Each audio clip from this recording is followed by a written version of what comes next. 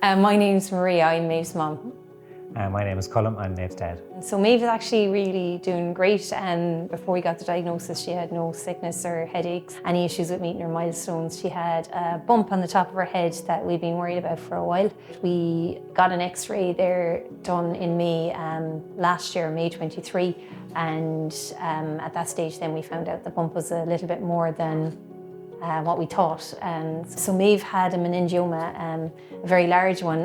It was around the size of a tennis ball by the time we figured out what it was. Very slow growing tumour and benign, which we were really thankful for. But upon removal then, it did a lot of damage to Maeve and to Maeve's motor skills.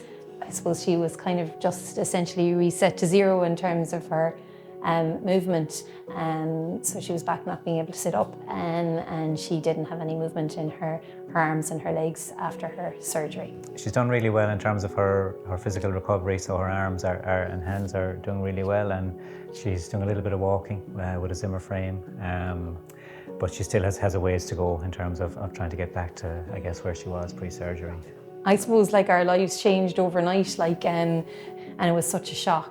And then we got moved to Temple Street, and we thought we'd be there for a few days, and we were told by our surgeon we'd have a very different child, but we just didn't really know what that would mean.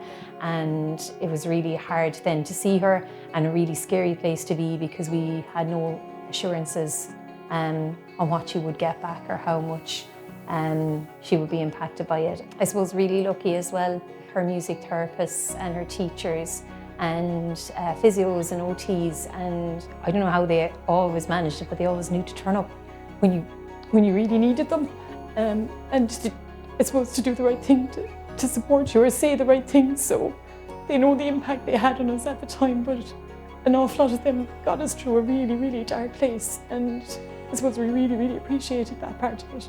Alison, her music therapist, was kind of the first person that really heard her kind of laugh and enjoy the ward for the first time. You know, there was lots of little things of kindness that happened for us at really tough times, which it's such a community in Temple Street. I don't think we would have got through it as a family or really at all without the help of everybody. Everybody kind of knows your situation and knows little ways they can help. Such an amazing job they do.